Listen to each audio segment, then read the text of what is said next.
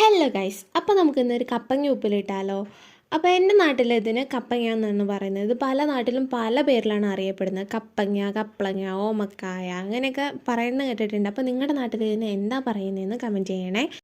പച്ച കപ്പങ്ങ ഇതേപോലെ മൂടിയെത്തി ഒരു ന്യൂസ് പേപ്പറിൽ പൊതിഞ്ഞ് ഷിമ്മിക്കവറിലിട്ട് കെട്ടി വയ്ക്കുകയാണെങ്കിൽ ഇത് പഴുക്കാൻ നമ്മളെ ഹെൽപ്പ് ചെയ്യും.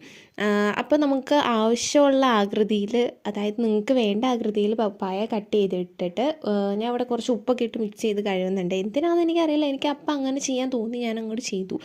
നിങ്ങൾക്ക് വേണമെങ്കിൽ സ്കിപ്പ് ചെയ്യാം.